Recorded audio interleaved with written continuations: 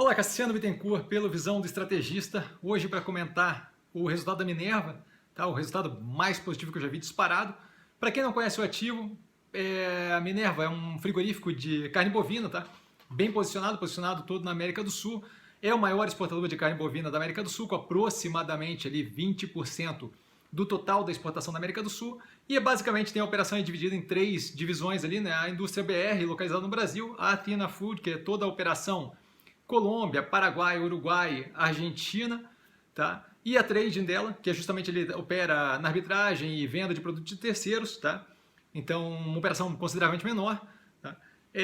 O momento que a gente está vivendo agora, né, falando desse resultado, né, do porquê desse resultado, é de defasagem de proteína animal, isso claramente, tá? E aí a Minerva, com o posicionamento dela, tanto geográfico quanto de operação e a capacidade operacional, teve aí, resultou aí, isso daí acabou resultando no melhor resultado que eu já vi da Minerva desde que eu comecei a operar com ela, que foi 2017, tá? Então, muito positivo esse movimento, o que facilita demais a análise, tá? Uma vez que esse investimento aqui é a tese mais bem alinhada que eu tenho em carteira, claramente, sem nenhuma dúvida, é a tese mais bem alinhada que eu vi faz algum tempo, tá? Passando aí para a tese, então, eu dei inclusive uma juntada ali nos pontos, justamente para a gente ter uma tese mais concisa, tá? E conseguir aliviar ali a forma de pensar, né? Então, basicamente, agora a gente tem 3 pontos na tese. Primeiro deles, a operação sólida, tá? Grande melhoria na operação, e a gente vê isso com o 8º trimestre consecutivo de fluxo de caixa livre, positivo, redução considerável na alavancagem, que já vinha um trabalho de redução e manutenção, mas agora, de fato, uma redução muito forte com follow-on recente. Tá? Maior margem EBITDA e, se não me engano, a maior margem da EBITDA da companhia de todos os tempos no trimestre. Tá? Isso daí, essa conjuntura toda deve ser mantida, guardadas as devidas proporções de sazonalidade no primeiro trimestre de 2020. Tá? A gente tem aí no mercado frigorífico, primeiro semestre geralmente é mais fraco, segundo semestre geralmente mais forte. Então, guardadas as devidas proporções, o nível da operação da empresa deve ser mantido no primeiro trimestre de 2020, como foi dito ali durante a teleconferência. A empresa está indo muito bem. O due diligence vai mostrar para a gente ali mais do como está a operação. De qualquer forma, além disso, sem nenhum tipo de envolvimento com nenhuma questão judicial, nem carne fraca, nem financiamento mais agressivo do BNDES, nem nada disso. Então isso daí acaba dando mais uma tranquilidade ali. Tá, o segundo ponto da tese é justamente o posicionamento geopolítico da operação, tá, tanto geográfico quanto político. Eu botei geopolítico porque é basicamente a junção das duas palavras. Tá? A empresa é localizada na América do Sul, o que distancia ela daquela questão de guerra comercial, que agora deu uma abafada, mas ainda está presente ali, e com os últimos movimentos dos Estados Unidos de denunciar o Huawei, e a China agora cortando a credencial de 3 jornalistas do Wall Street Journal, a gente nunca sabe como é que aquilo ali vai andar, o quanto tempo vai durar aquela trégua da primeira etapa do acordo comercial. Tá? Além disso, a gente está aqui na América do Sul, o câmbio é muito favorecido para fazer exportação. Tá? O dólar está muito forte frente às moedas de cada um dos países que a gente está localizado. Tá, okay? Isso aí favorece bastante a exportação, deixa o nosso produto muito competitivo lá fora. Tá? Além disso, a gente tem habilitação de plantas novas, a gente teve várias aí no final do ano passado. Tá? A Indonésia, que teve 5 plantas habilitadas no Brasil, deve ter um ramp-up, deve ter um avanço aí na demanda, nos pedidos, durante, né, o primeiro trimestre de 2020 e segundo trimestre de 2020, então deve ter ali um aumento considerável de produção ali de carne halal pela Minerva para envio para a Indonésia. Isso aí é super positivo, deve começar a aparecer mais ali no resultado. Tá? As expectativas também são boas, então com relação ao Brasil, expectativa aí de liberação próxima do mercado americano. Tá? Com relação à Argentina, no mercado japonês, existem conversas aí para o mercado turco, então é mais um mercado aí que está começando a abrir um leque considerável. Eu vou comentar isso daí um pouquinho mais à frente. Tá? De qualquer forma, ainda existe, além desses daí, a possibilidade de a gente atender um pouco mais ou mais agressivamente os mercados deixados aí pela Austrália, tá? Com a situação que eles vêm passando, e a gente vai entrar nisso daí mais para frente. Onde você tem ali uma demanda pelo animal grass-fed, né, que é justamente animal de pasto, e que o Brasil tem ali condições de competir nesse setor. Tá? E com a redução aí de oferta da Austrália, a gente tem ali possivelmente um espaço aberto para a gente. Além disso, a joint venture com a China, tá? A joint venture da Minerva lá na China, o que ajuda a ter um posicionamento local, uma presença local, que favorece bastante a negociação ali, né, o conhecimento do mercado mais próximo, a negociação do produto.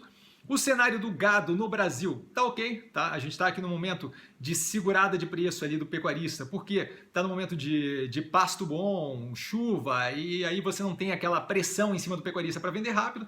Tá? A gente também não tem uma demanda muito forte agora, porque está no começo do ano ainda. Respondendo, a gente acabou de sair do final de ano, o ano novo lunar chinês, então a gente ainda vai ver isso daí começar a responder, especialmente agora para começo de março, tá?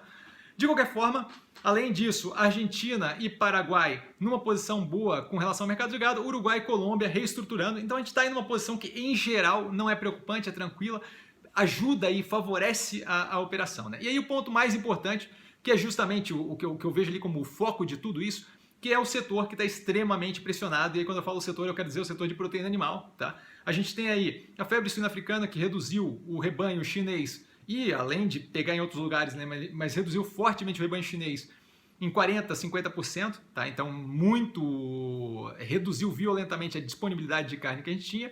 Tá? Isso daí fora o consumo, né, dos estoques, porque como aquilo ali não afeta o ser humano, você tinha a chance de matar os animais e fazer estoque, esses estoques acabaram. Tá? Aqueles que vinham da ASF, né, da African Swine Fever, da febre suína africana. Além disso, a gente tem a Austrália, 4 anos de seca, uma enchente violenta no ano passado, matou muitas cabeças de gado, para aproximadamente 500 mil, várias matrizes naquilo, isso eu já falei inúmeras vezes aqui. Tá? E agora, com os incêndios lá, é mais um ponto que vem ali para dificultar a capacidade deles de suprir mercado internacional de gado, eles eram um grande player. Tá? Além disso, H5N1 e H5N8, tá? Gripe aviária, a gente tem visto elas brotarem aí de forma incipiente, mas em vários locais. A gente viu na China, Alemanha, mais recentemente na Bulgária e hoje ainda a gente teve ali a presença dela no Vietnã. Tá? Então tá aí assustando o mercado e começando a querer causar algum problema. O coronavírus ainda tem um efeito incerto no que tange oferta de proteína animal na China, né? Como eles estão controlando o coronavírus e ainda assim conseguindo alimentação, ração para o suíno, para as aves lá e por aí vai. Mas a Minerva está tendo uma noção lá de que aquilo ali vai ter um efeito negativo na produção de proteína deles. De qualquer forma, ainda não tem como quantificar, então é algo que a gente tem que esperar, não consideremos isso na tese. E a demanda, né, que acaba sendo afetada ali pela questão do coronavírus e controle portuário, de transporte local, especialmente ali caminhão, né, a dificuldade de transportar os containers com a carne e tal, a gente está vendo aí sinais de normalização a partir do dia 10 de fevereiro, então aparentemente está começando a normalizar, é algo que tem que controlar, mas é algo que deve se normalizar nos próximos dias, tá? Especialmente o mais importante ali é quando começar março, como eu falei antes, e além disso, mais um ponto, a mudança de comportamento. A gente tem lá nos Estados Unidos, por exemplo, wet markets, né, que são aqueles chamado mercado úmido, né, mercado molhado, que é onde tem aquela negociação de animais, e muitos deles são mortos ali na hora, o animal está vivo ali esperando para ser morto, você compra o animal vivo, o cara vai, sacrifica e picota ele ali mesmo, e chamado inclusive de wet markets porque o chão fica muito molhado, né, para tirar o sangue, pedaço de bicho e por aí vai. E esse tipo de coisa deve começar a ter um tipo de escrutínio lá na China e em outros mercados, né? E até porque você tem ali parte da desconfiança do surgimento do coronavírus é justamente desse tipo de ambiente. Então aquilo ali deve começar a ter um pouco mais de pressão para parar com esse tipo de ambiente muito aberto que propicia nascimento de infecção, de questões virais como a do coronavírus. Além disso, o próprio costume do povo, tanto chinês quanto indonésio, de ter mais apreço pela carne bovina, então é algo que é super positivo.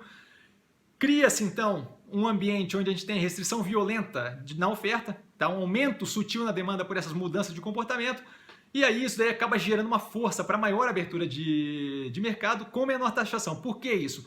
Porque se eu tenho uma defasagem de proteína animal em geral no planeta, aquilo dali começa a afetar negativamente a inflação, tá? E aí, negativamente, o que eu quero dizer é assim, ó, empurrando a inflação para cima.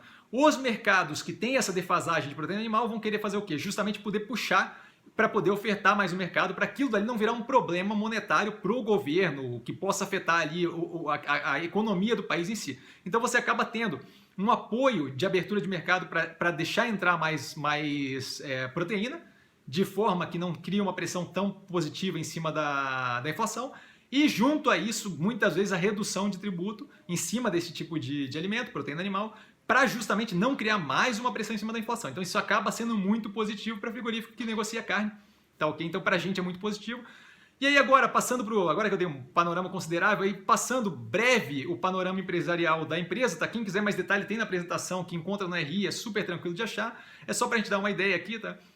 Até porque eu venho isso paulatinamente, mês a mês aí, desculpa, trimestre a trimestre. A gente vê ali que ela é responsável por aproximadamente 20% da exportação na América Latina, tá? E aí no mapa a gente consegue ver ali o quanto ela é responsável por cada país no que tange exportação, tá?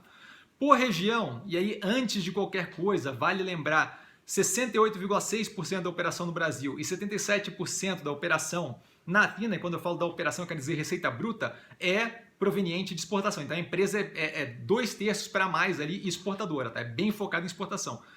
O Brasil e a Athina aí com forte concentração na Ásia, como a gente pode ver, tá? Quando a gente vê a exportação consolidada, a gente confirma justamente essa forte concentração na Ásia. 50% ali da Ásia, ali do representativo da Ásia é a China no quarto trimestre de 2019, tá? Passando para ter uma ideia, uma noção aí da estrutura da empresa, a gente vê ali o percentual de receita bruta por divisão, então quanto é de trading, quanto é da operação no Brasil e quanto é da Athina, que é a operação no resto da América do Sul, tá? Só para a gente ter uma ideia. A utilização da capacidade instalada é algo que eu acho bem importante, bem interessante, a gente vê ali que está num nível alto, tá? Mas a expectativa da empresa, pelo que foi comentado na teleconferência, é de atingir ali, possivelmente em 2020 85%, que é o máximo que o setor de frigorífico consegue trabalhar. Por quê? Porque eles têm eventualmente uma parada de fábrica programada ou a questão de higiene, né? Você tem que fazer eventualmente parada para limpeza. Então eles conseguem trabalhar no máximo com 85% de utilização da capacidade instalada. Se a gente atingir esse nível, deve ser muito positivo, porque a gente vai conseguir tirar todo o suco ali de eficiência, de produtividade que a gente tem em cada fábrica dessas, tá? Rola ali um ganho de escala que pra gente vai ser muito, muito, muito positivo. Então 2020 pode ser um dia de margens, pode ser um ano de margens maiores, tá? Passando para o due diligence nas contas, a gente vê um crescimento da receita líquida year on year, né? Quarto trimestre versus quarto trimestre de 2018, de 5,4%, tá? 12,9% quando a gente fala anual, atingindo ali no quarto trimestre de 2019 4,86 bi, consideravelmente grande, tá? O EBITDA ajustado, com um crescimento de 30,4% year on year versus o quarto trimestre de 2018. Então, assim, um crescimento muito mais forte, o crescimento da receita líquida, o que já nos deixa ver que a margem vai ter um aumento considerável. Quando a gente fala ano a ano, um crescimento de 12,9%, tá?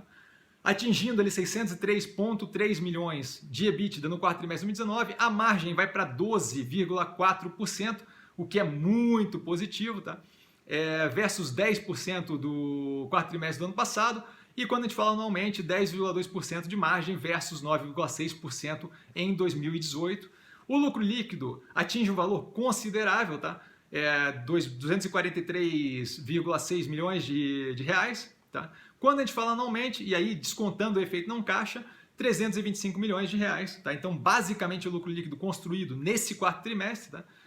A alavancagem, e aí sim uma mudança muito grande, atinge 2,8 vezes versus 3,8 vezes no terceiro trimestre de 2019.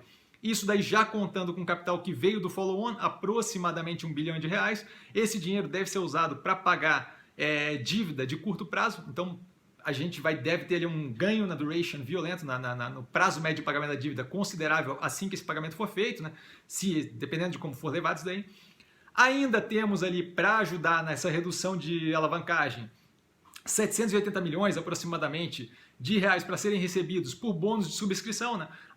Quando teve a subscrição de ações, a gente recebeu também uma opção de compra a 6,42 de ação da Minerva. Esse dinheiro, à medida que vão executando essa opção de compra, com um prazo ali de 3 anos, né? À medida que vão executando, cada ação dessa gera 6,42 reais para a Minerva, o que soma ali no total do que ainda falta, 780 milhões de reais, o que vai ajudar justamente a melhorar essa estrutura de capital da empresa. Então, mais um ponto positivo. Como falado no terceiro trimestre de 2019, que era uma expectativa, o IPO do Chile acabou morrendo, tá? Eu não vejo como problemático, a empresa está super bem, a alavancagem finalmente está num nível bem tranquilo, tá?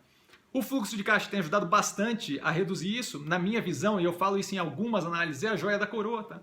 O fluxo de caixa operacional em 241 milhões nesse trimestre, tá? 1,76 bi em 2019, fluxo de caixa muito forte. O fluxo de caixa livre tem aí o 8º trimestre consecutivo de fluxo de caixa livre positivo nesse trimestre em 92 milhões, super positivo também. No ano, 787 milhões de reais, fluxo de caixa livre muito, muito forte. Tá? O duration aí, a duração média de pagamento dessa dívida, de 4, voltando para o endividamento, de 4,6 anos, tá? 4,7 era o número no terceiro trimestre de 2019, e 77% disso atrelado ao dólar. No terceiro trimestre, no trimestre passado, 79% era atrelado ao dólar. A dívida está bem alongada, coberta até 2026 pelo caixa, então nada preocupante, super tranquilo, tá? Vejo aí muita tranquilidade para o médio e longo prazo. A mudança na política de dividendo, que foi muito comentada no dia de hoje, é algo que é um ponto positivo. Eu não vejo como algo o cerne da questão, mas acho que no futuro aí vai fazer diferença à medida que a empresa começar justamente a, com uma estrutura de capital mais interessante, aí começar a poder distribuir mais dividendo. A ideia é que, pelo definido estatutariamente, já era de 25% do lucro líquido anual, seria distribuído por dividendo. Agora, se a dívida líquida sobre EBITDA tiver abaixo dos 2,5 vezes, eles vão distribuir mais 25%, o que dá um payout aí de 50% do lucro líquido. Nada que eu veja como muito incrível, mas é algo a mais aí para adoçar mais o investimento, né? Ou um ponto que eu achei muito interessante na teleconferência foi o Tickler ter falado, o CFO da Minerva, ter comentado que para ele esse endividamento deve ir ali até a faixa das 2 vezes, e que ele acha que isso daí é um endividamento ótimo, ele não gosta de trabalhar com endividamento abaixo disso, e eu acho isso ótimo. Tem algumas análises que eu já comentei, que trabalhar sem dívida, com caixa líquido, é deixar de usar um potencial que você poderia estar usando, especialmente com um carregamento de dívida tão barato hoje em dia no Brasil e no mundo, né? O endividamento tem um custo muito baixo para manter, países aí com dívida com juros negativos, a grande maioria com juros muito baixos, tá? A minha posição está aqui do lado, para finalizar, tá? O meu preço médio está ali na faixa dos R$5. Esse preço médio oscila bastante, porque como eu entrei na subscrição, junto daquela subscrição, junto das ações que a gente comprava a 6,42, a gente ganhava opções de compra, que é a BIF11, né? A 6,42, tá? Com strike de 6,42. Então isso daí oscila de preço e acaba aumentando o montante que eu tenho para os títulos que eu tinha antes, o que acaba oscilando ali o preço médio que eu tenho no papel. Para ter uma ideia, quando estava batendo na faixa dos R$15 a ação da Minerva, esse preço médio estava nos R$3, tá? por ação, então oscila bastante. A tese é a tese mais amarrada disparado que eu tenho no portfólio, tá? É muito, muito encaixado ali, tá? É a maior posição que eu tenho em carteira. A empresa é bem gerida, tem uma estratégia muito boa, o setor é muito positivo e está num momento de muito aperto, justamente empurrando a benesse disso tudo para a gente, tá? Então, basicamente é isso. Dúvida? Eu tô sempre no Instagram, @investircomsim, só vir falar comigo. Hoje eu respondi inúmeras dúvidas com relação a isso, tá? É só ir lá, mandar direct message. E vale lembrar que quem aprende a pensar bolsa opera como um mero detalhe. Um grande abraço e até a próxima análise.